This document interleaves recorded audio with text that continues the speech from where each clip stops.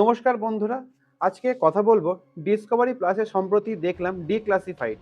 পেহেলগামে যে অ্যাটাক হয়েছিল, টেররিস্টরা যে অ্যাটাক করেছিল, এসে আমাদের মা বোনেদের মাথার সিঁদুর মুছে দিয়েছিল, তারপরে যে অপারেশন সিন্দুর হয়েছিল, সেটাকে খুব সুন্দরভাবে তুলে ধরা হয়েছে এই ছোট্ট ওয়েব সিরিজ বা ডকুমেন্টারির মাধ্যমে, যেটা আপনারা পেয়ে যাবেন ডিসকভারি প্লাসে।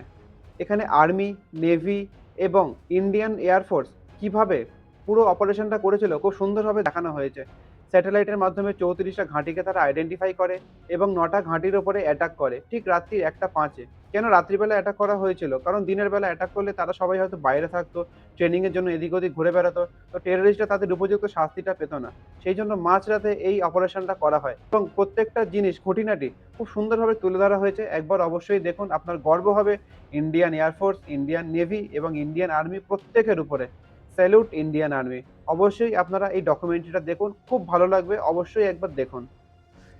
ভিডিও ভালো লাগলে লাইক কমেন্ট করে পাশে থাকবেন। দেখা হচ্ছে পরের কোনো ভিডিওতে। Thank you.